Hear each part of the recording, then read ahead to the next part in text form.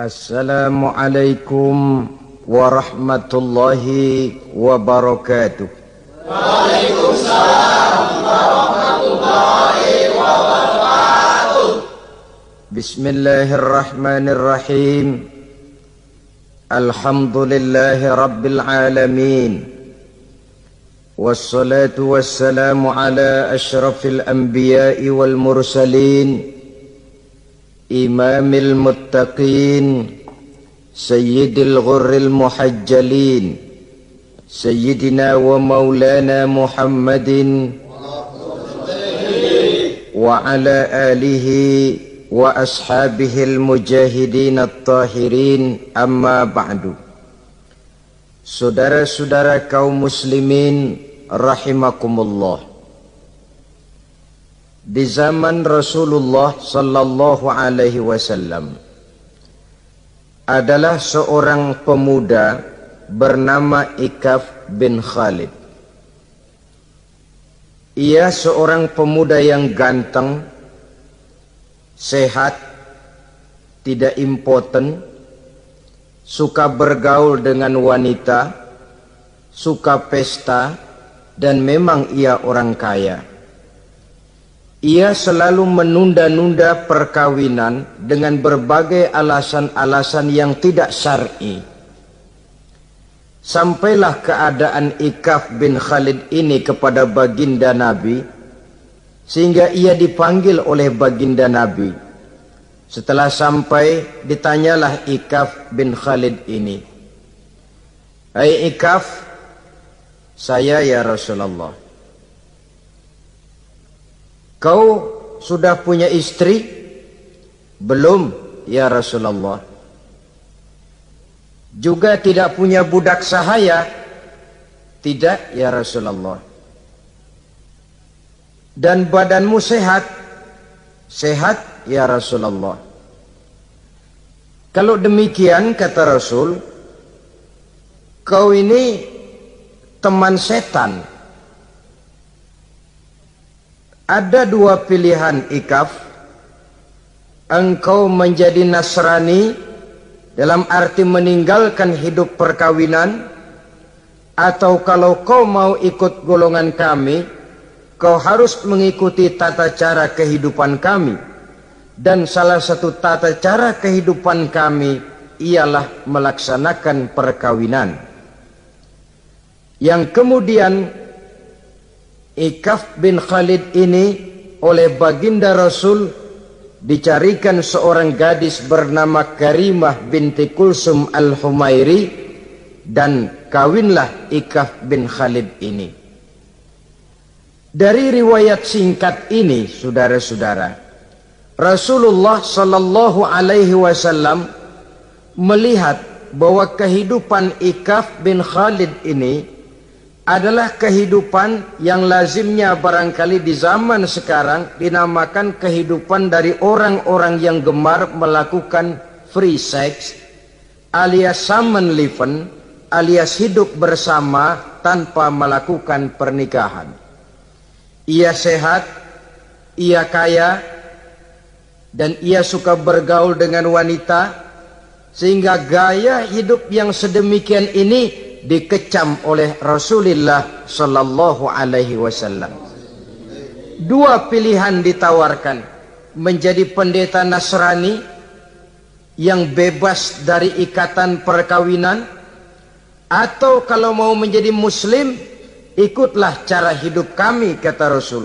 Dan di antara cara hidup kami adalah melakukan apa yang dinamakan dengan perkawinan. Sebagaimana yang kita maklum, manusia adalah makhluk berketurunan terus-menerus sebagai makhluk dua jenis, laki-laki dan perempuan. Keduanya jelas saling memerlukan, saling membutuhkan. Kita laki-laki perlu perempuan, perempuan juga perlu laki-laki. Walaupun perempuan pora-poranya lebih pintar daripada laki-laki. Biasanya laki-laki kalau sudah jatuh cinta paling kurang se-RW tahu itu. Sana bicara, kemari bicara, perempuan lebih pandai menyimpan perasaannya. Nah, pada laki-laki diciptakan zat laki-laki yang dinamakan spermatozoa, dan pada perempuan terdapat indung telur yang dinamakan ovum. Kedua zat itu harus bertemu, dan untuk itu Allah Subhanahu wa ta'ala menciptakan kekuatan tarik-menarik antara laki-laki dan perempuan. Diciptakan laki-laki dalam biologis yang laki-laki, diciptakan perempuan dalam biologis yang perempuan. Lemah, gemulai, lembut, menarik, ayu, lemot, denok, geboy. Diciptakan magnet yang merupakan kekuatan tarik-menarik antara laki-laki dan perempuan. Dan bila ada persesuaian, maka akan terjadilah persatuan tubuh yang disebut koitus.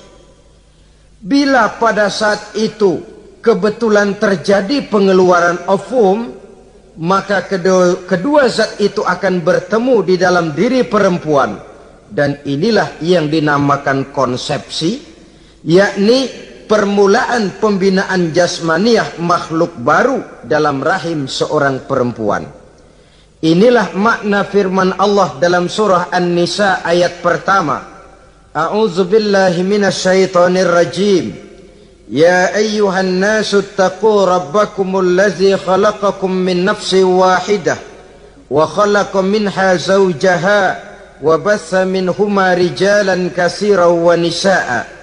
Wahai manusia, bertakwalah kamu kepada Tuhanmu yang telah menciptakan kamu dari diri yang satu, kemudian diciptakan dari diri yang satu itu pasangannya, dan dari keduanya berkembang biaklah manusia menjadi bersuku-suku dan berbangsa-bangsa.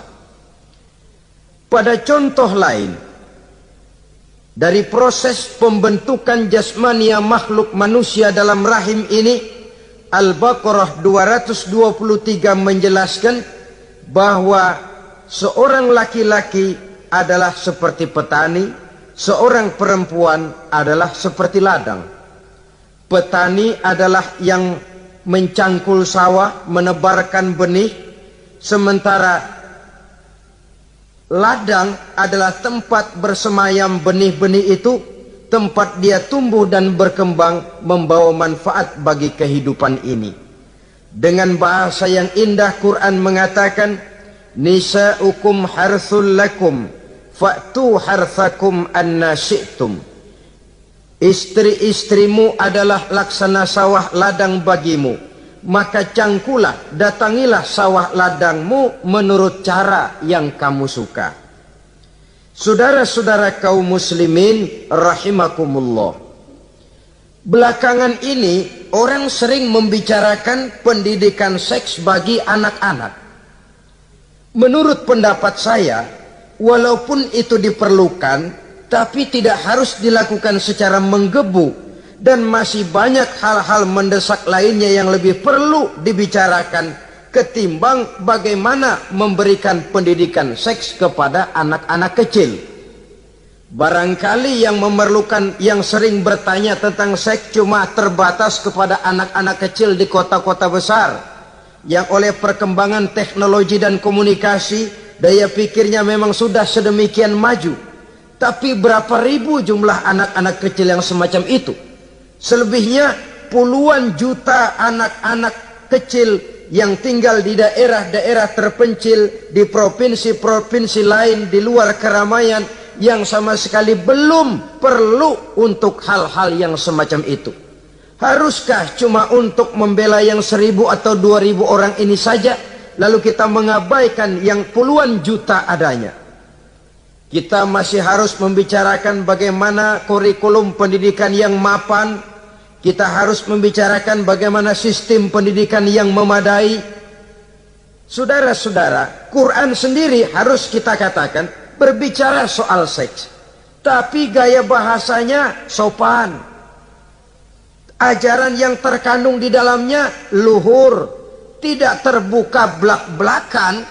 Saya khawatir disalahgunakan nantinya. Maklum ya, yang namanya anak-anak, sifat yang menonjol pada dirinya itu adalah hubbut taklid. Senang meniru. Apa yang dia lihat, apa yang dia baca, apa yang dia tonton, biasanya ingin dia terjemahkan dalam kehidupannya. Kadang-kadang kalau habis baca komik Superman, dia kepengen jadi Superman. Itu anak kecil.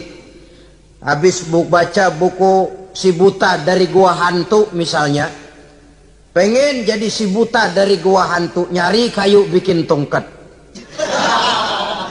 Biasa, itu watak yang namanya hubbut taklid.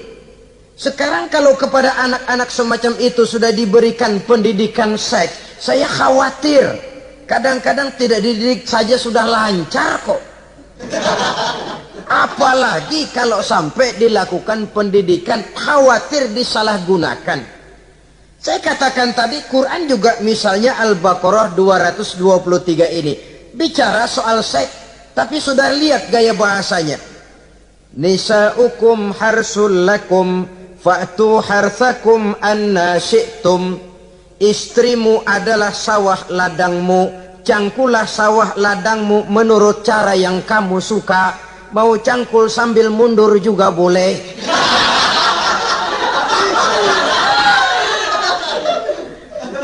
Teknik mencangkul terserah kita, asal yang dicangkul sawah ladang sendiri. Jangan sawah ladang orang lain dipaculin, marah yang punya. Kita lihat di sini betapa dalam gaya bahasa yang sopan Al-Quran berbicara soal ini. Saudara-saudara kaum muslimin rahimakumullah, kesenangan melakukan hubungan seksual digerakkan oleh satu energi, oleh satu kekuatan dalam diri manusia yang dinamakan insting seksual atau libido. Dan libido merupakan energi yang terbesar dalam tubuh manusia. Ini harus disalurkan. Sebab kalau tidak, bahaya. Saudara tahu bahaya itu lebih bahaya dari yang bahaya. Pakai tasdid dia, bahaya. Insting seksual apabila tidak disalurkan bisa menimbulkan berbagai macam gejala-gejala yang bisa mengganggu kesehatan diri atau mengganggu lingkungan. Nah, Islam tahu itu. Islam pun tidak ingin menghilangkan nafsu. Islam memberikan legitimasi penyaluran libido, penyaluran insting seksual melalui pintu yang disebut nikah. Dengan demikian, nikah merupakan pintu legitimasi untuk manusia di dalam ia menyalurkan insting seksualnya atau libidonya atau kecenderungan untuk melakukan hubungan seksual. Tetapi saudara-saudara, oleh karena yang dinamakan nikah tidak cuma berisi hubungan seksual, tapi juga berisi tanggung jawab dan kewajiban, berisi hak dan pengertian, berisi ketenangan dan sebagainya, maka orang pada umumnya biasanya ingin mencari resiko yang lebih ringan. Hubungan seksnya mau, nikahnya ogah. Sebab apa? Karena nikah itu tidak cuma merupakan hubungan seksual saja. Ya, ia harus berisi tanggung jawab. Ya, ia berisi hak dan kewajiban. Ya, ia berisi pengertian. Ya, ia berisi penyantunan sandang pangan, perlindungan dan lain sebagainya. Orang lalu mengambil jalan pintas, sehingga terjadilah kecenderungan gaya hidup yang disebut Samenleving, yang berangkat dari free love untuk kemudian mengarah kepada free sex. Hidup bersama tanpa diikat dengan tali pernikahan. Akhirnya apa? Kalau dirasakan cocok, ya terus. Kalau nggak cocok, ya bubar. Tidak ada satu ikatan spiritual. Kalau demikian halnya, maka manusia belum terlalu jauh nilainya daripada makhluk bernama binatang, yang penyaluran insting seksualnya tidak perlu diikat dengan pintu yang bernama nikah. Orang ingin mengambil jalan pintas, potong kompas, mau enak lalu tidak mau resiko. Hubungan seksualnya mau, tapi kemudian pernikahannya tidak mau. Akibatnya pada satu segi prostitusi, saudara tahu prostitusi, pelacuran meningkat.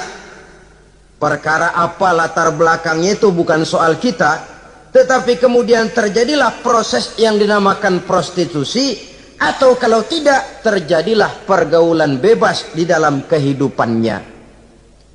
Saudara-saudara kaum muslimin rahimakumullah, Islam pada hakikatnya memberikan alternatif, sehingga Nabi mengajarkan dalam satu hadis, ya ma'syara syabab, wahai para pemuda, man istata'a minkumul ba'at, barang siapa di antara kamu mampu memberi nafkah.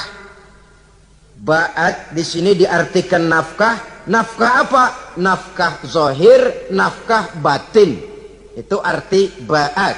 Hai para pemuda, siapa di antara kamu yang sudah sanggup memberikan nafkah, baik zahir maupun batin, hendaklah dia melakukan perkawinan. Jangan lupa ini, man istata'a minkumul ba'at, yang mampu memberikan nafkah baik zahir maupun batin, hendaklah dia melakukan perkawinan. Kadang-kadang ada juga anak muda nekat banget, main derulung aja, nggak nengok kiri, nggak nengok kanan, tidak memahami yang namanya ba'at.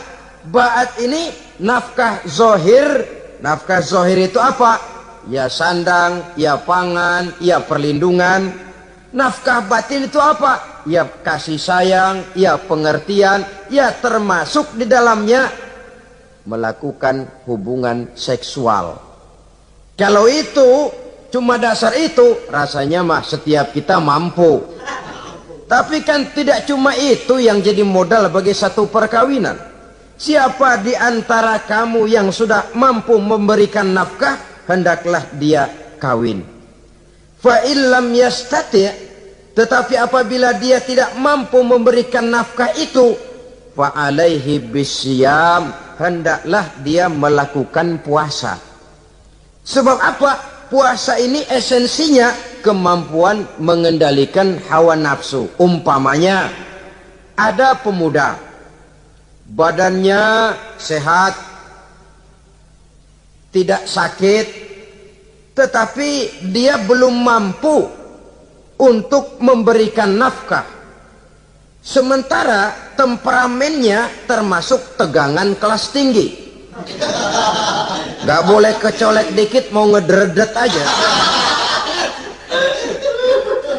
Yang semacam ini oleh Nabi, fa'alaihi bisyam, kalau memang belum mampu memberikan nafkah, hendaklah puasa. Sebab apa?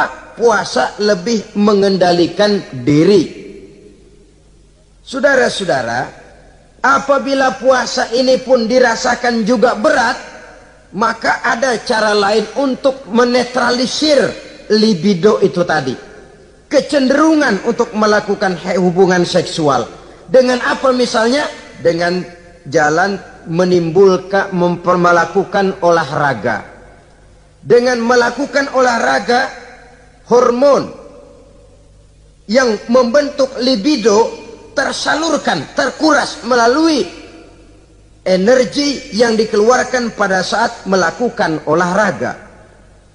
Atau dengan jalan yang keempat, menjauhi hal-hal yang bisa menimbulkan rangsangan seksual.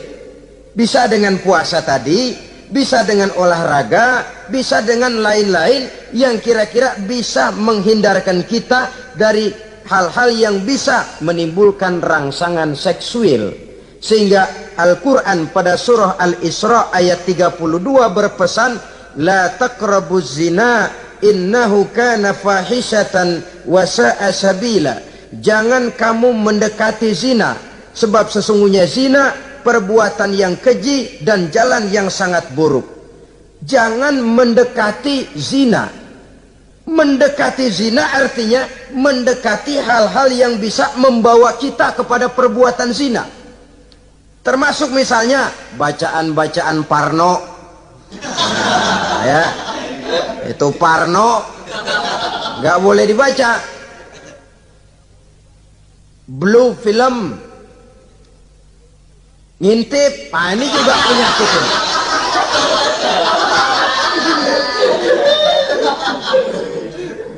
Itu termasuk dalam larangan la taqrabu zina. Jangan kamu mendekati hal-hal yang bisa menyebabkan kamu jatuh kepada zina. Kalau itu didekati, besar kemungkinan kita akan terperosok ke dalamnya. Sehingga pepatah bilang, kalau takut jatuh ke sungai, jangan main di pinggir sungai. Kalau takut ombak, jangan berumah di tepi pantai. Kalau takut jatuh kepada zina, jangan mendekati hal-hal yang bisa membawa kita kepada perzinaan. Nah, saya merasa prihatin bahwa dimanapun di dunia ini, modernisasi, kemajuan sering membawa proses pergeseran nilai. Cepatnya arus komunikasi. Apa yang terjadi di Amerika hari ini bisa kita tahu hari ini. Apa yang terjadi di Eropa hari ini bisa kita saksikan hari ini. Proses komunikasi yang sedemikian canggih membawa dampak proses pergeseran nilai dalam diri dan kehidupan manusia. Akibatnya dia banyak tahu, dia banyak melihat, dia banyak mendengar. Kalau dia tidak punya filter, dia akan mudah terhanyut oleh nilai-nilai yang menggeser dia dari tuntunan ajaran agamanya. Maka dengan demikian saudara-saudara, Islam memberikan legitimasi terhadap penyaluran insting seksual melalui pintu yang disebut nikah. Dan Islam mencela apa yang disebut samenleving, free love atau free sex alias hidup bersama tanpa melakukan pernikahan.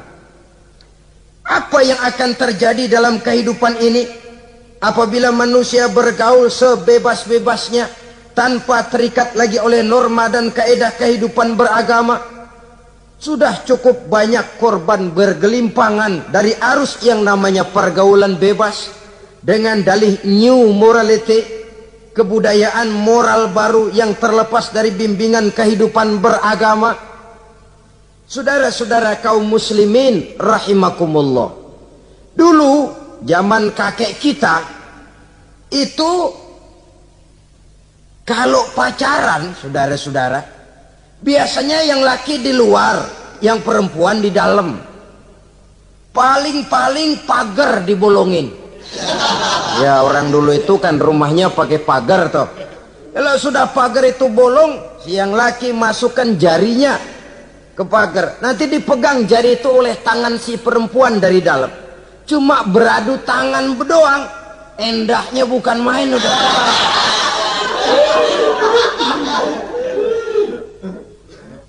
Sekarang saudara-saudara, saya lihat kayak orang beli sepatu. Orang beli sepatu curang banget. Beli mah belum tentu jadi, nyedengin hayo aja.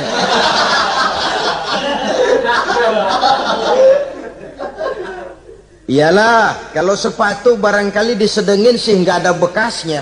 Kalau anak orang disedengin, Allahu Akbar. Ya sedang sih sedang.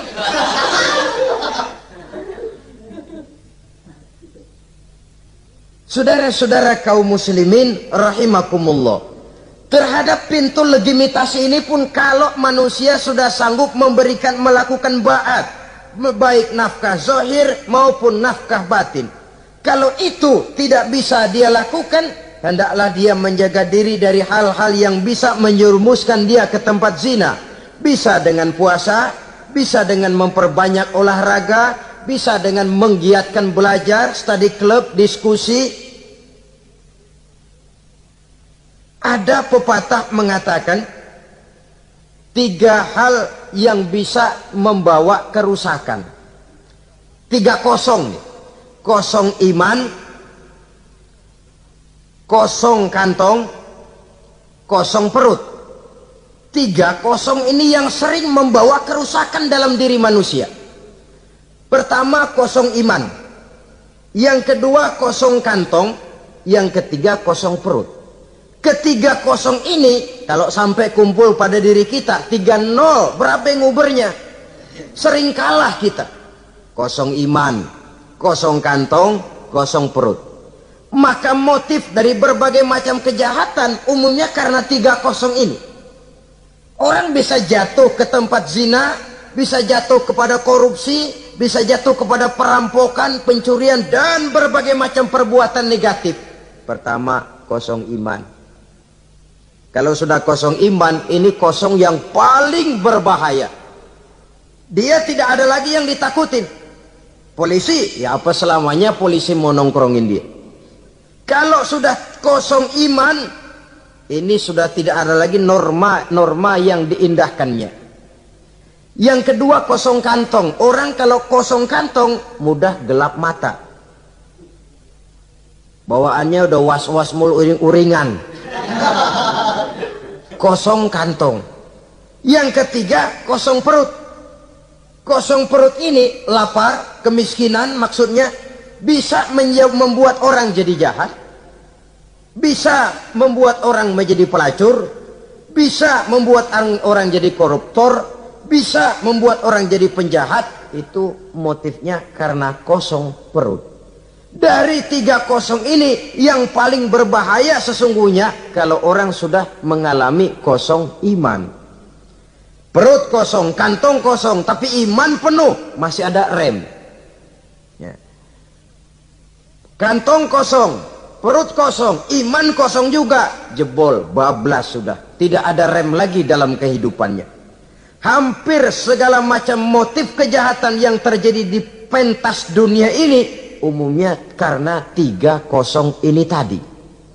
Karena kosong iman.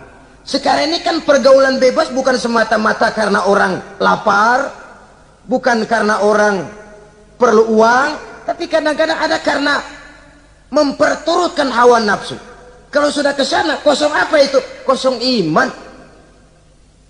Ada tante-tante girang, ada om-om senang, ada macam-macam lah. Kurang duitkah mereka? Cukup.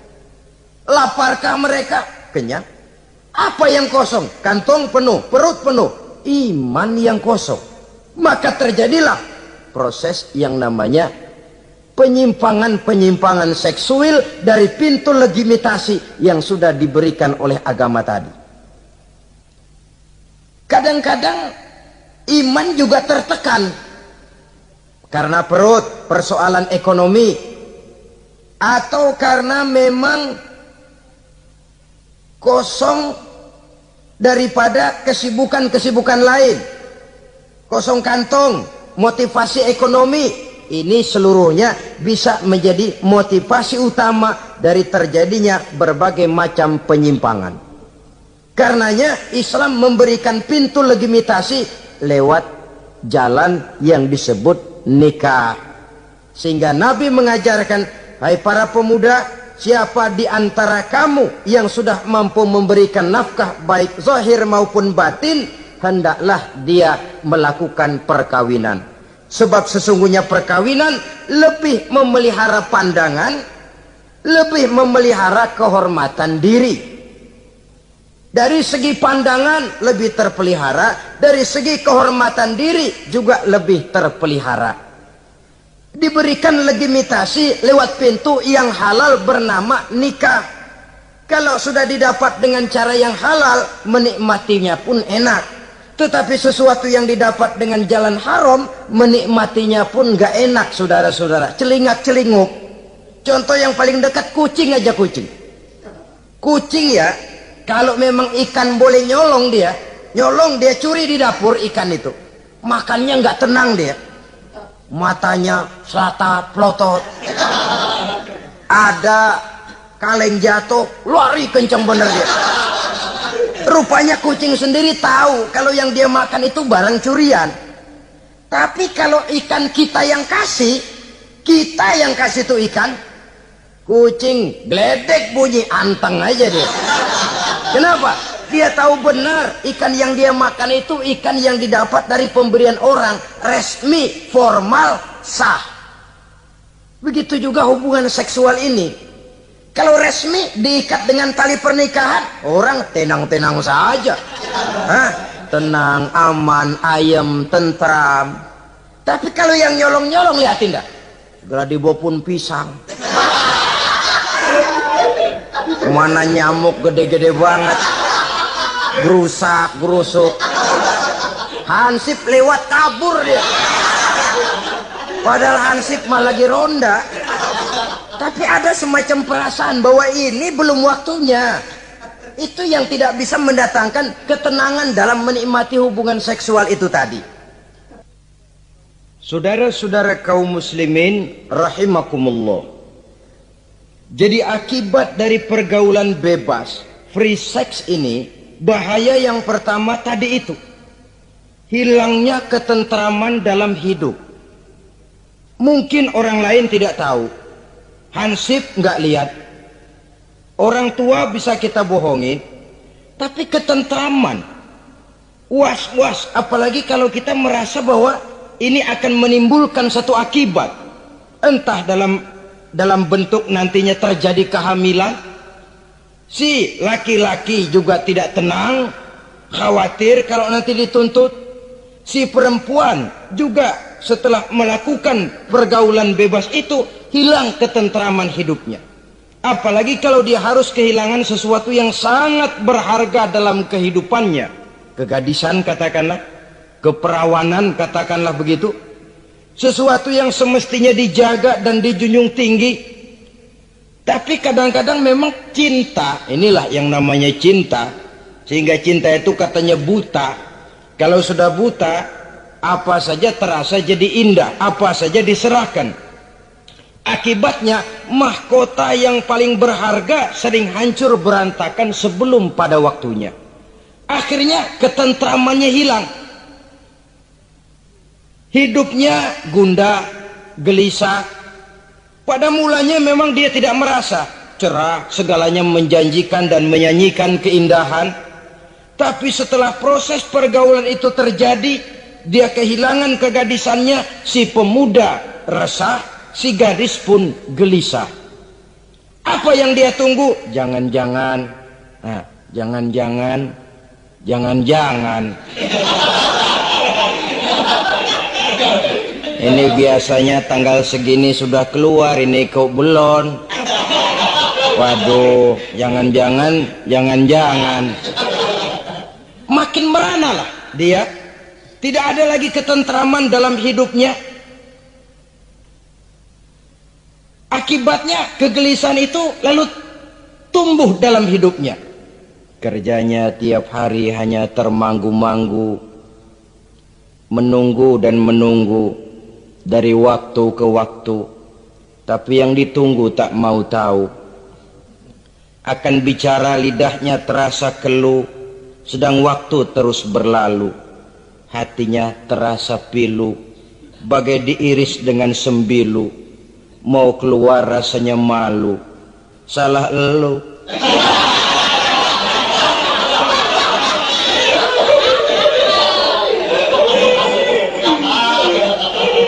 Iya toh, salah elu. Ngapa nggak sabar nunggu pengulu?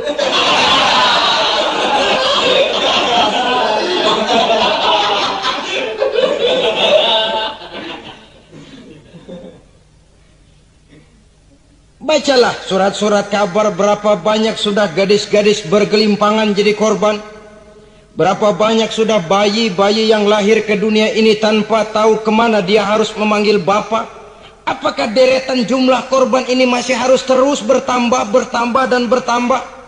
Dengan dalih modernisasi, dengan dalih kemajuan zaman, dengan dalih kebebasan pergaulan, dengan dalih emansipasi.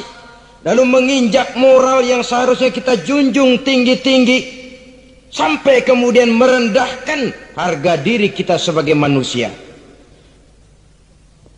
Hilangnya ketentraman dalam hidup. Bahaya yang kedua dari pergaulan bebas ini? Berjangkitnya penyakit kelamin. Penyakit yang saudara-saudara tentu tahu, tidak tanggung-tanggung. Raja namanya. Raja singa. Barangkali sekarang sudah ada suntikan penisilin, boleh jadi.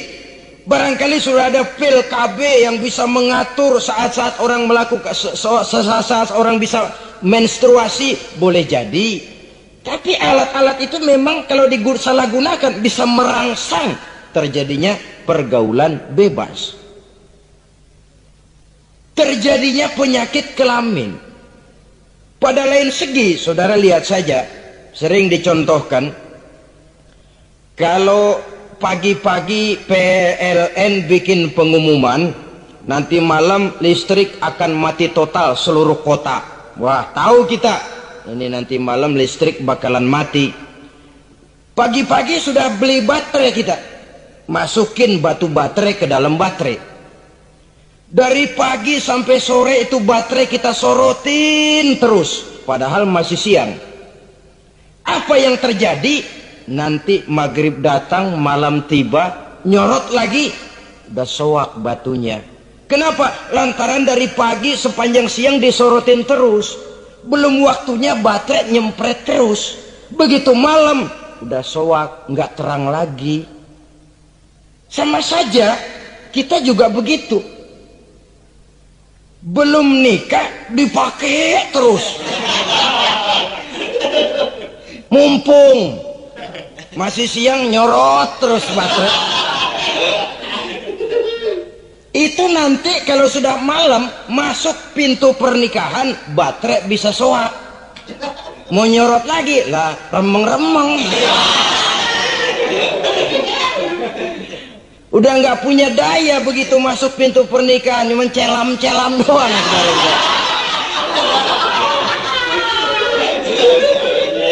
Kata orang-orang bisa assalamualaikum doang, nggak masuk, keluar lagi udah. Permisi doang. Saudara hadirin yang saya hormati, jadi itu juga termasuk satu jenis penyakit yang nantinya tentu akan merusak dan mengganggu keharmonisan hidup berumah tangga. Apalagi kalau sampai di tempat-tempat yang merupakan prostitusi umum, yang segala macam jenis bisa tumplek-blek di situ. Kita bisa bayangkan jenis penyakit-penyakit yang tumbuh di sana. Jadi dengan demikian saudara-saudara, yang kedua bahaya dari free sex ini bisa menimbulkan penyakit kelamin. Yang ketiga, mengganggu kelangsungan keturunan. Apalah dosanya anak-anak kita kalau mereka harus terlahir dengan membawa penyakit yang diwariskan oleh orang tuanya? Sudah kita ini bersalah, kesalahan itu terus diteruskan oleh anak kita juga. Alangkah kejamnya kelangsungan daripada keturunan. Sehingga dengan demikian saudara-saudara, kalau Islam memberikan pintu legitimasi lewat aturan yang disebut pernikahan atau perkawinan, maka itu memang untuk kepentingan dari kemanfaatan manusia itu sendiri. Penyakit yang keempat dari bahaya free sex ini, kita tahu bahwa seks memperturutkan nafsu seks itu sama dengan bayi. Bayi kalau nggak disapi, saudara-saudara, disapih ya, diberhentiin nyusu, itu sampai SMP SMA juga ngempeng terus dia. Kadang-kadang seorang ibu kan berat, aduh anak saya mau disapih, kasihan. Terus jangan disapih, sampai SMA masih ngempeng dia. Nafsu begitu, kalau diperturutkan, tidak diblokir, ya terus dan terus. Umumnya nggak ada orang yang nggak ketagihan kalau sudah melakukan hubungan seksual. Sehingga ada orang terlambat nikah, ketika ditanya bagaimana kamu nikah, nyesel kenapa? Kalau tahu enak dari dulu aja.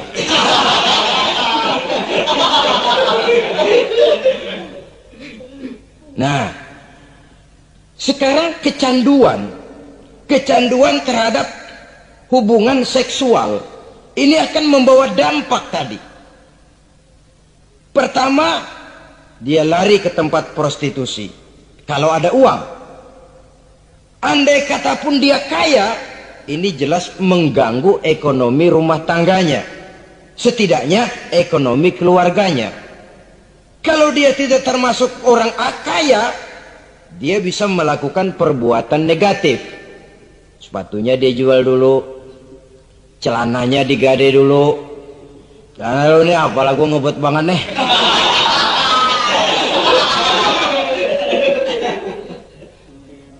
Itu sudah mengarah kepada ekonomi. Belum lagi penyakit yang kelima, bahwa free sex ini bisa membawa kehancuran karier. Saudara lihat ya, walaupun tidak karena free sex sepenuhnya, tapi pengaruhnya. Konon Julius Caesar yang begitu gagah perkasa takluk dan bertekuk lutut di bawah kaki Cleopatra. Konon Napoleon Bonaparte, singa daratan Eropa, luas kekuasaannya, besar tentaranya, dia tunduk di bawah kaki Margaret Josephine. Bahkan konon Adolf Hitler yang begitu luar biasa cuma tunduk kepada Eva Braun.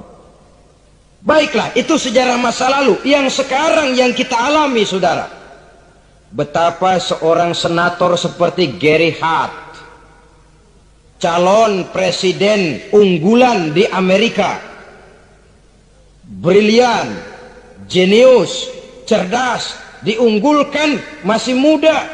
Betapa calon presiden ini harus mundur dan hancur karier politiknya cuma karena skandalnya dengan seorang hostess bernama Donna Rice. Ini di Amerika loh, di satu negara yang konon katanya menganut liberalisme, tapi begitu tingginya dijunjung nilai-nilai moral. Kalau dia terlibat begitu, bagaimana kalau dia jadi presiden nanti?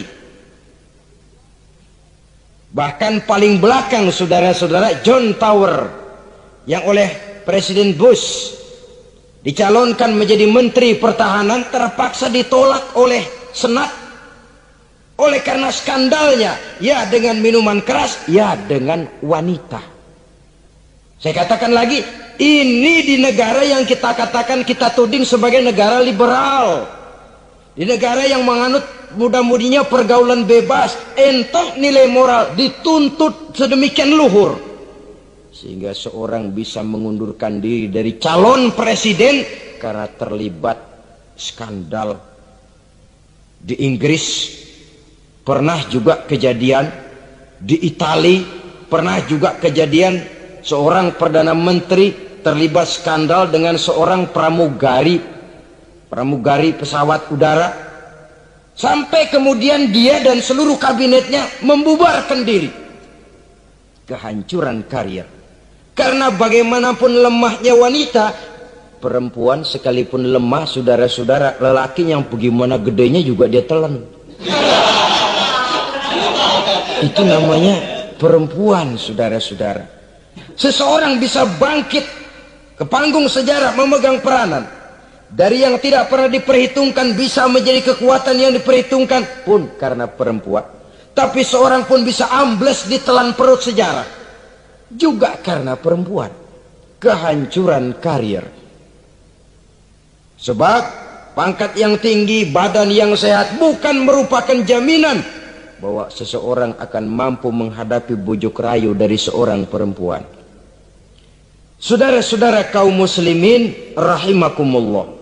Oleh karena itu, mari sayangi diri, sayangi karier, sayangi ekonomi rumah tangga. Bertahun kita pergi pagi pulang sore peras keringat cari nafkah, menghidupi anak dan istri. Haruskah dia jadi hancur cuma oleh karena kecanduan kepada pelacur misalnya?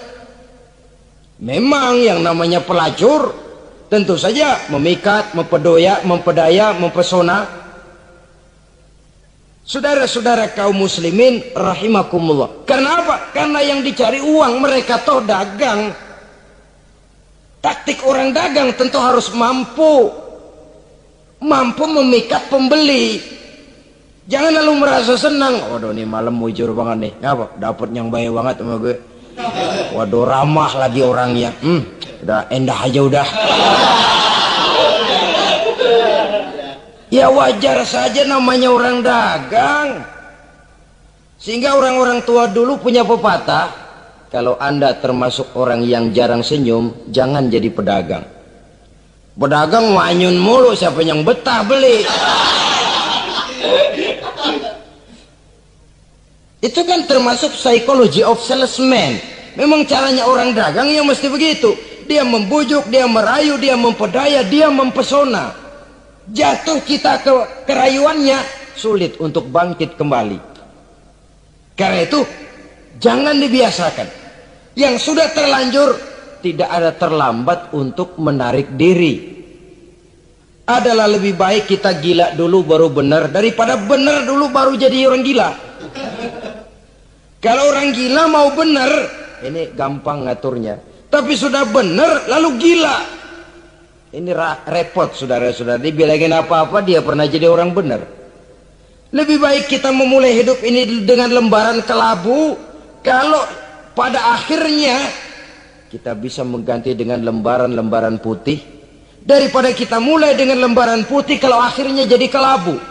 Yang paling baik tentu putih sejak lembaran pertama sampai kepada lembaran terakhirnya.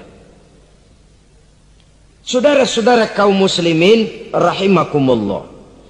Lalu selain zina, apa penyimpangan-penyimpangan seksual itu?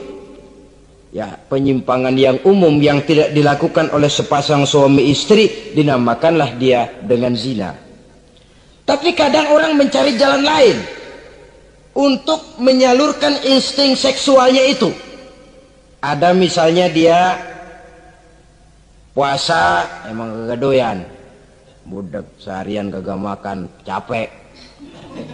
Olahraga ndak suka olahraga. Sementara tegangannya tegangan tinggi. Baca buku yang parno seneng. Kalau ngomong selalu yang nyerempet-nyerempet. Akibatnya apa? Dia puasa tidak, olahraga tidak, dia bisa jatuh kepada yang disebut onani atau masturbasi. Ada ulama mengharamkan ini, ada yang memakruhkan saja. Tapi bagaimanapun itu merupakan satu perbuatan dosa. Sungguh pun oleh ilmu kedokteran tidak dipandang sebagai sesuatu yang membahayakan barangkali. Tapi pada umumnya lalu lahir rasa minder, rasa rendah diri. Dan masturbasi atau onani itu termasuk zina tangan.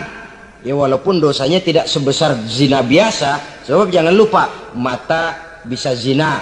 Zina mata yang memandang sesuatu yang haram. Tangan bisa zina. Zina tangan termasuk onani. Hidung bisa zina. Zina hidung, ya saudara lebih tahulah. Ini termasuk jenis penyimpangan. Atau kemudian ada lagi jenis lain. Seseorang yang menyalurkan insting seksualnya kepada makhluk sejenisnya. Laki-laki kepada laki-laki.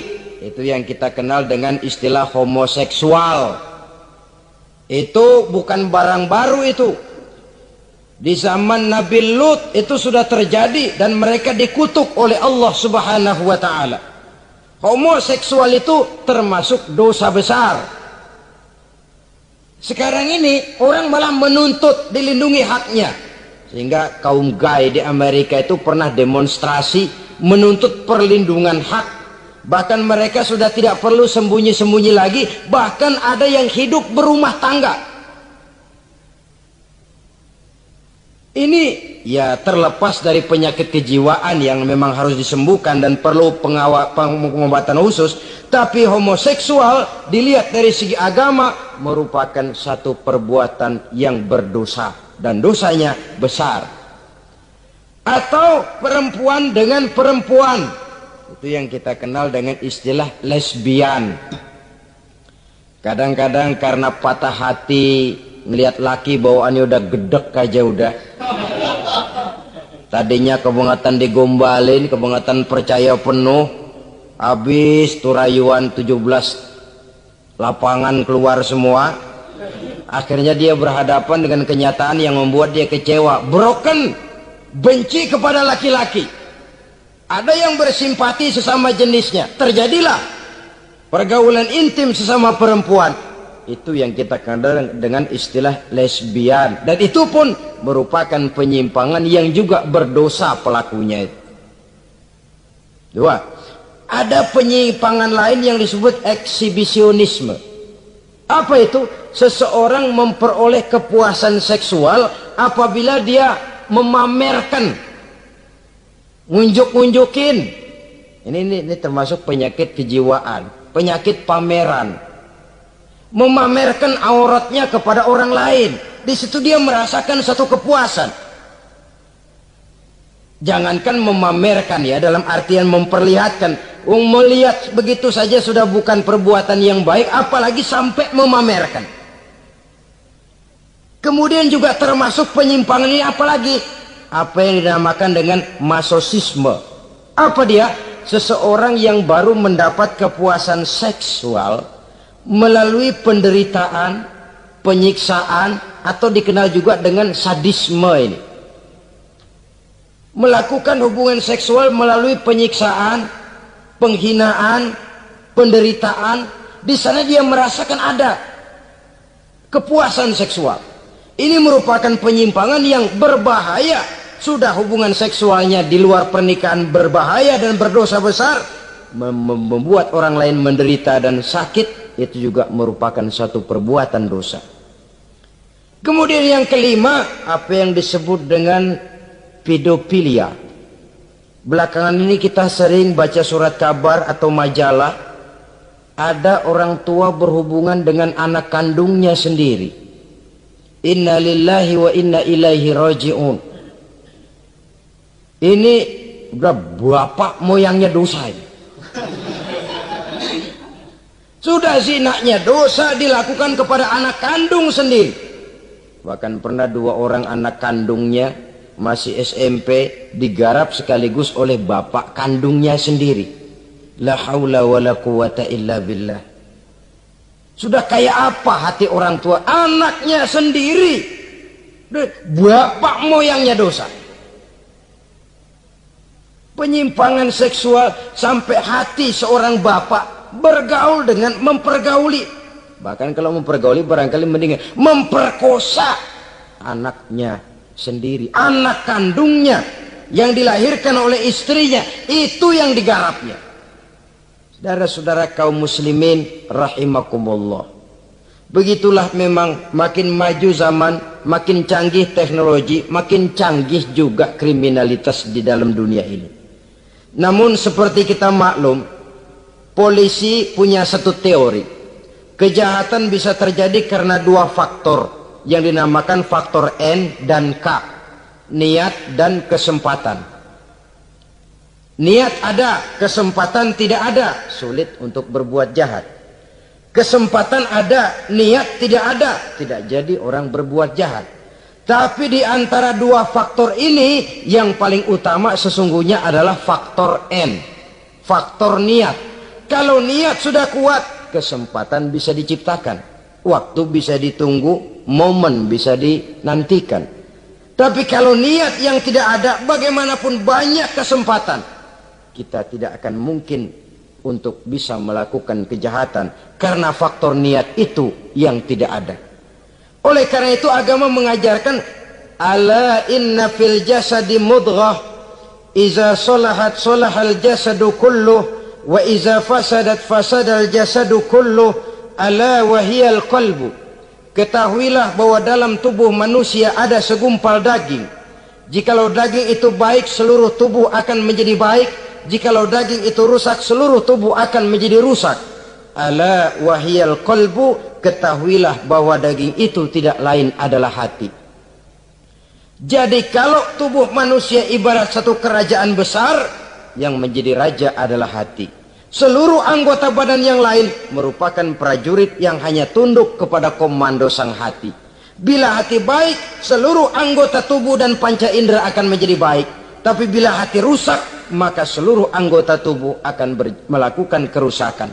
Tangan akan melakukan kerusakan, kaki akan berjalan ke tempat yang rusak, lidah akan membicarakan yang rusak, mata akan memandang yang rusak, telinga akan mendengar yang rusak, dan selanjutnya karena hati memang sudah kotor.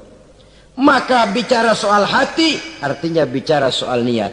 Bicara soal niat kaitannya erat dengan faktor keimanan.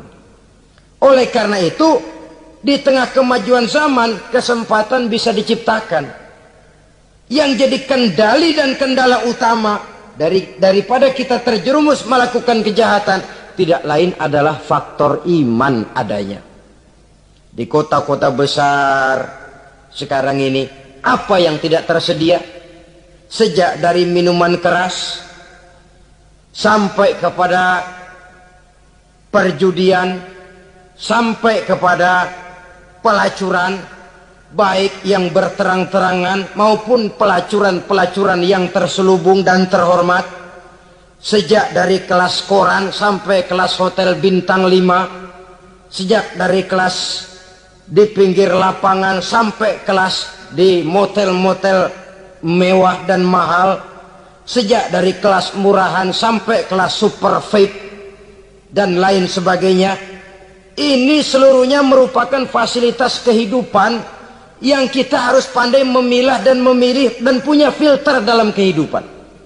Allah Subhanahu wa taala memberikan pilihan. Alam naj'al lahu 'ainaini wa lisanan wa syafatain wa hadainahu najdain. Bukankah kami ciptakan bagi manusia itu dua mata, satu lidah, dua bibir. Wahadainahu najdain, dan kami berikan mereka petunjuk dengan dua jalan. Manusia, ini jalan kanan, ini jalan kiri. Jalan kanan kau tempuh akan sampai ke surga, jalan kiri kau tempuh akan sampai ke neraka. Sementara jalan ke kanan memang menanjak, banyak onak dan duri. Sementara jalan ke kiri memang kelihatannya menurun, bertabur bunga di kanan kirinya, harum dan mewangi. Falak tahamal aqabah. Kenapa kamu tidak mau menempuh jalan yang menanjak? Ini kecenderungan manusia. Ngapain nanjak, capek. Ini aja yang turun nih nggak pakai bertenaga. Ngapain kawin, repot lah pakai nyari nafkah, pakai kerja, ntar punya anak ribet lah, sama juga. Mendingan kesono aja, no 2000 bersih udah.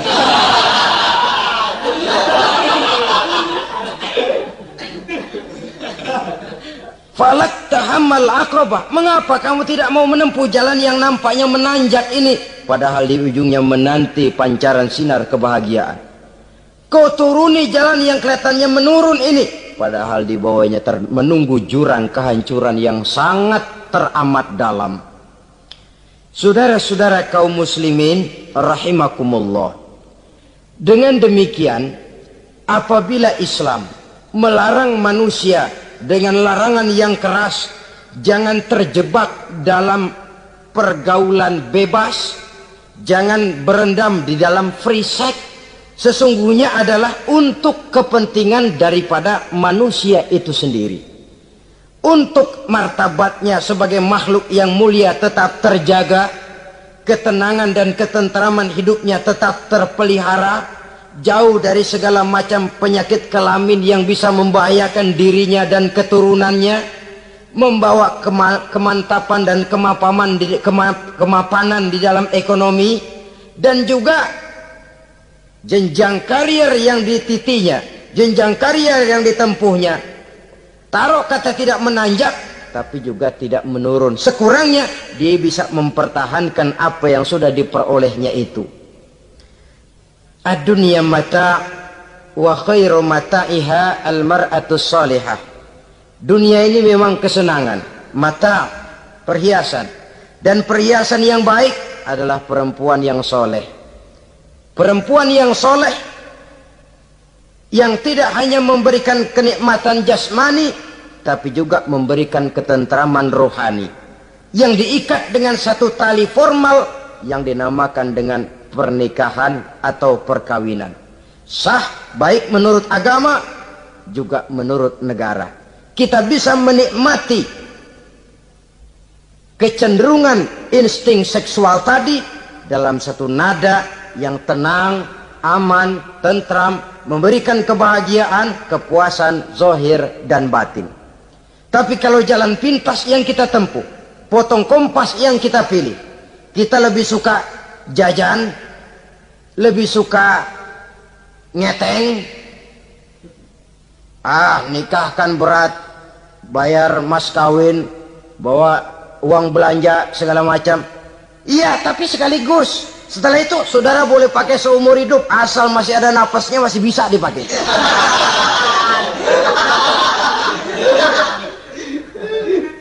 Tapi apabila potong kompas tadi, jajan yang kita tempuh kelihatannya memang ringan, 2.000, ya mendingan dikit 5-10 ribu. Atau kalau sudah kelas VIP bisa ratusan bahkan jutaan sekali, 2 kali, 3 kali. Kalau dihitung-hitung bangkrut nggak karu-karuan kita. Maka agama ini diturunkan untuk kepentingan manusia guna membawa kebahagiaan hidup sejak dari dunia sampai ke akhirat. Kepada adik-adik remaja, para pemuda, jika sudah mampu memberikan nafkah, laksanakanlah pernikahan atau perkawinan. Jika belum mampu, maka jauhilah hal-hal yang dapat menimbulkan rangsangan seksual. Boleh dengan jalan berpuasa, memperbanyak olahraga, menggiatkan study club, diskusi dan sebagainya, sehingga kita selamat dari arus pergaulan bebas yang akan merendahkan martabat kita sebagai manusia.